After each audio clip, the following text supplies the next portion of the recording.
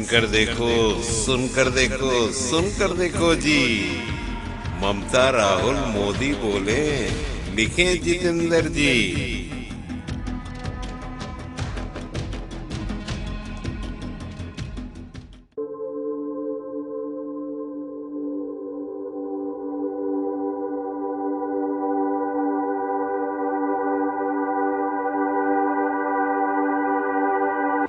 अगर मुझे लिखने का इतना ही शौक होता तो मैं पढ़ाई लिखाई अच्छे से करके अच्छे मार्क्स ला के कहीं अच्छी नौकरी कर रहा होता। पढ़ाई लिखाई में इंटरेस्ट नहीं था, इसलिए आर्ट में आ गया था कि भैया यहाँ तो मजे ही मजे हैं। तो सबसे ज्यादा आके आर्ट में ही पढ़ना पड़ा। Because this is what I realised, I always wanted to make films. और मुझे ये समझ में आ गया कि फिल्म अगर आपको बनानी है तो सबसे पहले आपको लिखना आना चाहिए। तो मैंने उस मजबूरी में लिखना शुरू किया। मेरे दोस्तों को मेरा लिखना पसंद आया, दैट वाज एन एनकरेजमेंट। जब उनको पसंद आया तो मुझे भी पसंद आने लगा। तो फिर वो काम बाहर आया, फिर ऑडियंसेस को पसंद आया, तो मैं थिएटर में लिखता था। ये बात मुझे बाद में समझ में आई कि how much writing helps me in acting. So actually अगर आप देखें तो कोई बात नहीं, आजकल मौसम खराब है।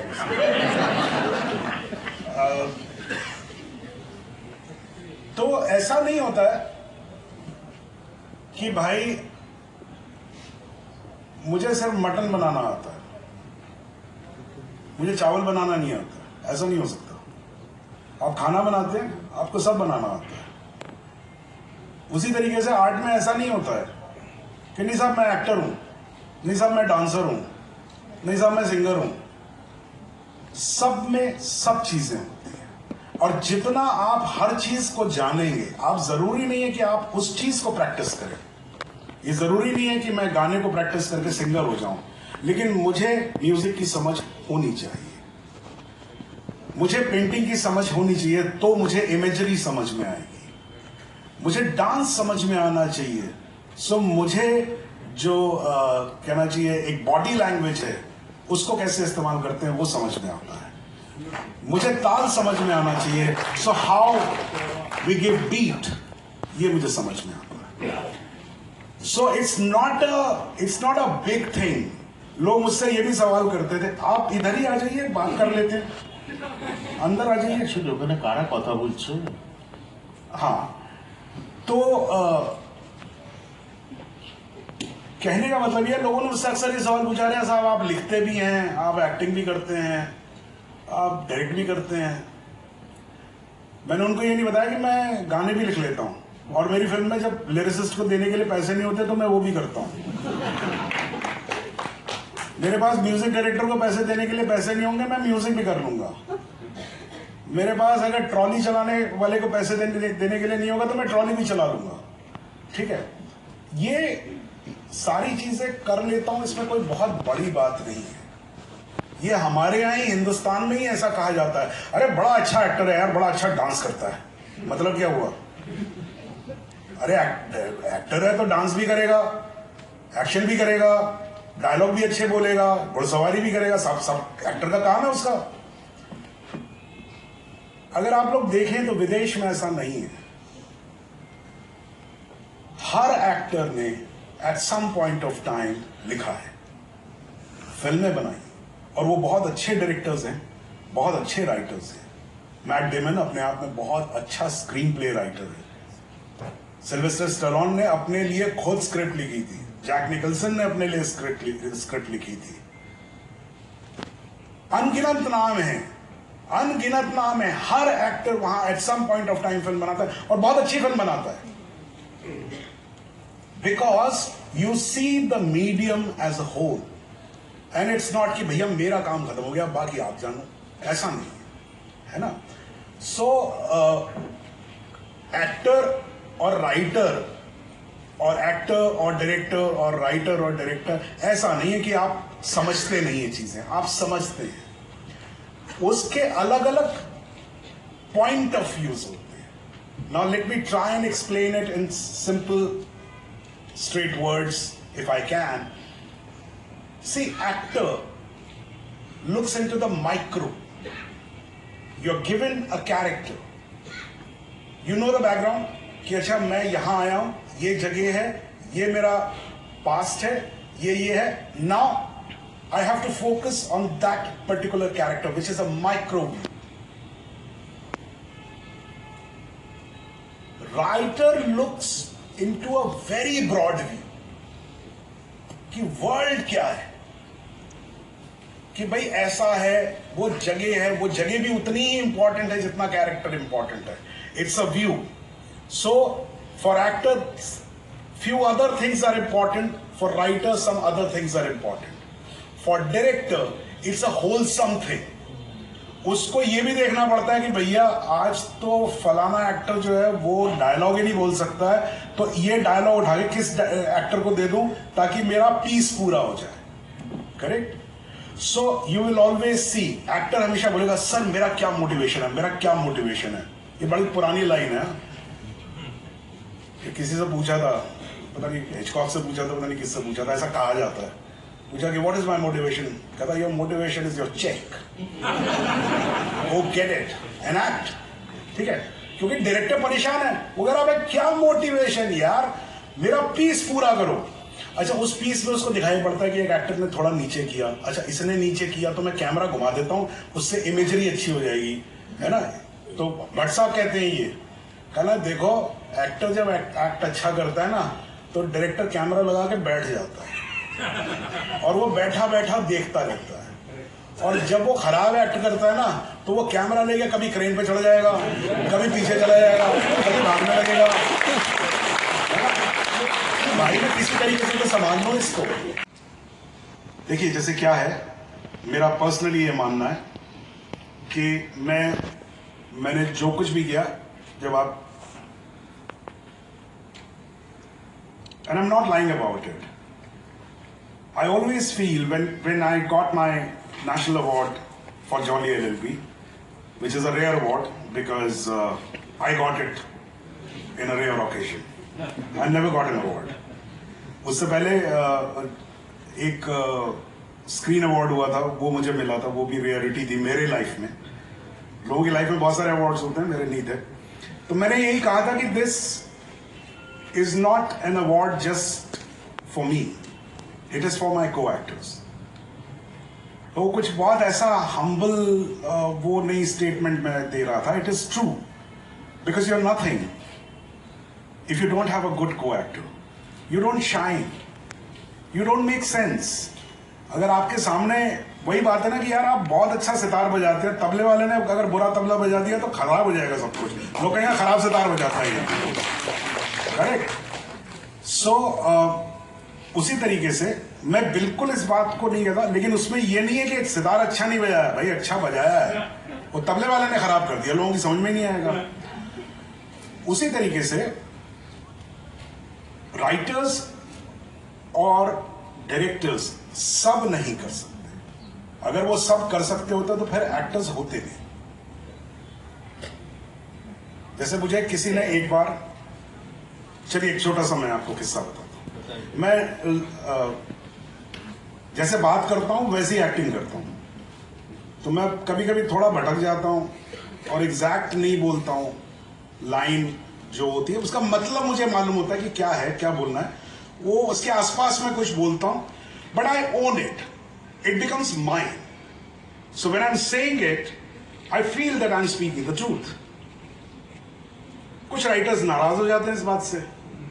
तो मेरे बड़े अच्छे दोस्त हैं डॉक्टर चंद्र प्रकाश त्रिवेदी, बहुत अच्छे दोस्त हैं मेरे, और बहुत उनका काम मुझे बहुत पसंद है. तो उनके साथ मैं एक फिल्म कर रहा था, तो उनके असिस्टेंट्स, 5 असिस्टेंट कुछ खड़े होते थे एक्टर्स के पास, और जब हम लोग लाइन्स बोल रहे होते थे तो वो ऐसे कुछ कागज पे ऐसे लिख रहे होते थे.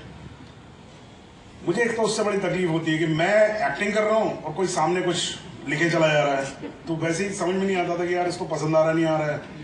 50 चीजें हो जाती है, एक्टर बड़ा इनसिक्योर हो जाता है.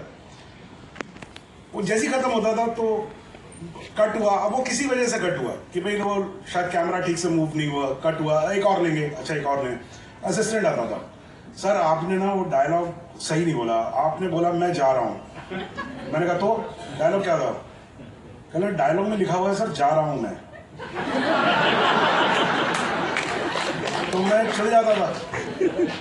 तो मैं कहता था पहले तो तुम ये बताओ कि मैं जा रहा हूं और जा रहा हूं मैं में क्या फर्क है? दोनों में। अच्छा, अब असिस्टेंट मुझसे जूनियर है ना, उसकी उतनी पावर नहीं है हायरार्की में, तो बेचारा कुछ बोल नहीं पाता था, लेकिन वो जाके डायरेक्टर को जरूर बोलता होगा। तो एक दिन शूटिंग खत्म हो गई, हम लोग गंगा में नाव से लौट रहे थे, तो डॉक्टर साहब मेरे सामने पास ही में खड़े थे। तो डॉक्टर साहब ने कहा कि सौरभ भाई मैं शब्दों को बहुत महत्व देता हूं। मैं समझ गया बात कहां जा रही है। मैंने कहा जी। बोले देखिए क्या होता है, मैं बहुत सोच के और चुन चुन के शब्द रखता हूं, क्योंकि शब्दों में अर्थ छुपे होते हैं। अब ये बात चलने वाली थी लंबी, तो मुझसे इतना मुझ में पेशेंस है नहीं। तो मैंने कहा नहीं डॉक्टर साहब मैं सॉरी, एक बात बीच में कहना चाहूंगा। बात सिर्फ इतनी सी है कि मैं इससे डिसएग्री करता हूं, क्योंकि शब्दों में अर्थ नहीं छुपे होते। अगर शब्दों में अर्थ छुपे होते तो आपने सब कुछ लिखा हुआ था, मेरी क्या जरूरत थी? मुझे क्यों बुलाया आपने? किसी और बुला लेते। मैंने कहा डॉक्टर साहब ऐसा है कि कोई अगर मुझसे पूछे डॉक्टर चंद्र प्रकाश द्विवेदी कैसे डायरेक्टर है, और मैं आपसे गुजारिश करूंगा so that I can give you an example. मुझसे 3 बार सवाल पूछिए, कोई भी पूछिए कि डॉक्टर साहब कैसे, आप ही पूछिए। चलिए। तो सौरभ जी ये डॉक्टर चंद्र प्रकाश द्विवेदी कैसे डायरेक्टर है? अरे बहुत अच्छे डायरेक्टर। सौरभ जी ये डॉक्टर चंद्र प्रकाश द्विवेदी कैसे डायरेक्टर है? चंद्र प्रकाश द्विवेदी हाँ जी बहुत अच्छे डायरेक्टर है। सौरभ जी डॉक्टर चंद्र प्रकाश द्विवेदी कैसे डायरेक्टर है? अरे भाई बहुत ही अच्छे director.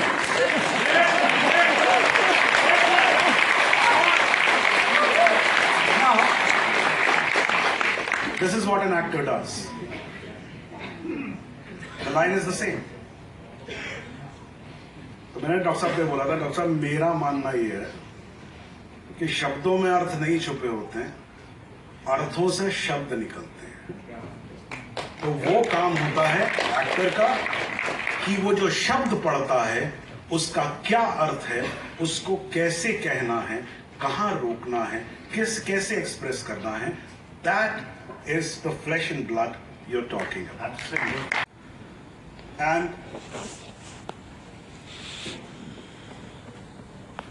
television is a smaller screen. OTT is also a smaller screen, but so they have not fought with the image. It's if I can say, if I understand it right, we are very happy that OTT is here, because television में क्या हुआ था कि जो cinema करने का जो लोगों का जो एक फोकस था, वो जब टेलीविजन में जाते थे तो वहां पर साउंड ज्यादा इंपॉर्टेंट हो जाता था कि भाई वो डायलॉग क्लियर समझ में आना चाहिए, बाकी पता नहीं दिखाई पड़े ना दिखाई पड़े, लॉन्ग शॉट ज्यादा मत लो क्योंकि इमेज दिखाई नहीं पड़ती है, तो पास सब क्लोजअप में करो। But OTT is a great mix of both. Cinema normally is when we talk traditionally, we talk about one feature film starts at some time and ends within 2 hours, 3 hours, whatever time. It's finite. Television became infinite. कि भाई अगर आपको पसंद आ गया तो मैं उसके 400 episode भी चला सकता हूँ, मैं 500 भी चला सकता हूँ, मैं 10 साल भी चला सकता हूँ, और जैसे जैसे आपको पसंद आता जाएगा आपकी पसंद के हिसाब से मैं उसको चेंज करता चला जाऊंगा। That is what television brought.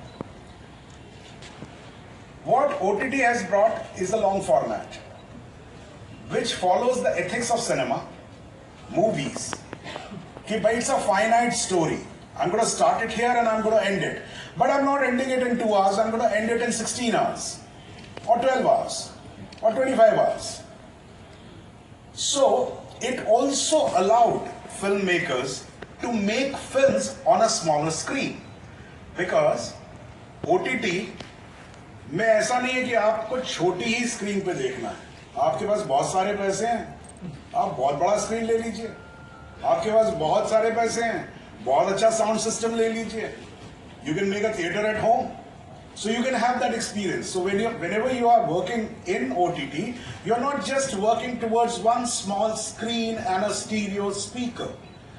You're now working towards कि यार हो सकता है किसी के घर में चाहे कम ही लोग हों, लेकिन उनके घर में हो सकता है बहुत बड़ा टीवी हो, या वो हो सकता है प्रोजेक्ट करें. So the imagery of cinema, it came back in OTT, and yeah, that has been the basic journey. And I think about acting, I think I have not deviated too much. Not at all. Acting is the oldest form. We all act because जब भूख लगती है बच्चे को, तो जब कहता ना आ करता है, या अगर आपको कोई लैंग्वेज नहीं आती है तो आप ऐसे करते हैं. This is also acting. You are expressing yourself by your body, by every part of your body, जिसमें sound भी है, eyes भी हैं, expressions भी हैं. So I think it is the oldest thing which has happened to human beings, and that's how we communicate. So it is one of the forms of communication which started, I don't know when. Then it became part of storytelling. We need to tell stories. That's how human race has evolved. We have always shared our experiences, and that's how we have reached wherever we are. So acting is another. There is writing, there is storytelling. That I tell you a story. That there was a time when there was a king. तो ऐसे करके पहले मेरे ख्याल से ऐसे शुरू हुआ होगा. लोगों ने एक दूसरे को कहानी बतानी शुरू की होगी. फिर जब लिखना आया तो लोगों ने कहानी लिखना भी शुरू किया. फिर उसके बाद लगा कि नहीं, ये कंप्लीट नहीं है, इसमें और भी चीजें जोड़ी जा सकती हैं. तो फिर आई थिंक केम थिएटर, जिसमें कहानी बताई जाती है लेकिन उसको एनैक्ट किया जाता है. फिर उसमें म्यूजिक भी होता है, फिर उसमें और भी चीजें होती हैं. And acting became a part of that. Acting is often confused as a craft. It is a craft. But जब लोग कहते हैं कि थिएटर एक्टिंग अलग है, सिनेमा एक्टिंग अलग है, टेलीविजन एक्टिंग अलग है, ओटीटी एक्टिंग अलग है, मेरा पर्सनली ऐसा मानना है कि कुछ भी अलग नहीं है. आपको एक्टिंग करनी है, आप एक्टिंग करिए, वो आपका काम है. How So when people say that he's a very good theater actor, or or somebody is a very good film actor, it's not the kind of acting they do. It is how much they know the medium. So if we know the medium well, then we can enact better in that particular medium.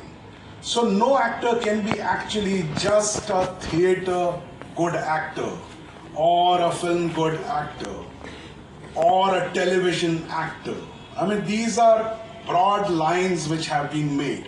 But for actors, so whenever I do workshops, I always say that your job is to act. So you enact a situation, you express through yourself, through your dialogues, through your expressions, through your body, you express. And that is primarily what you do. But if you know that when you're in theater, especially proscenium theater where I'm sitting right now, it's one frame. It's one big frame. So I have to know the limitations of this one frame. And if I'm talking, then how audience is going to look at me? How much should I project my voice so that the last person at the end of it, at the end of the auditorium can hear me? These are technicalities. That is all you come to know when you do theater, when you come to know that particular medium. When you go in cinema, so cinema has many more tools. It likes images. So it's not important that whatever I'm saying all the time the camera has to see me. It also sees the other person, it also sees the ambience, and many a times you're saying the most important dialogue and it has been reflected by another image. So if you're an actor who knows this quality of cinema, you enact that way, keeping in mind the images. So like, for example, I'm giving a very basic example, that in stage they always say that people are going to look at you. So how do you stand? How do you project your voice? What do you do? And so a very important dialogue, you will not say completely hiding your face and not being on the stage. I genuinely feel that an actor who survives is an actor who evolves. If you agree with me on this, then my first, if you say question or my point of discussion is that if we go through this history of cinema, of content making, now we cannot just talk about cinema because there are so many other things involved. Great cinema is being made on OTT platforms also. So life started, when motion pictures started, it was the silent era. A form of acting was required, of silent film acting. Then sound came in. Another form of acting came in. Cinema and theatre, side by side, started evolving. Television came in, the small screen, small box, and it demanded a specific kind of acting. And now during COVID, the OTT platforms just splurged, mushroomed, and it led way to a completely different genre of acting and challenge. A new breed of actors came up.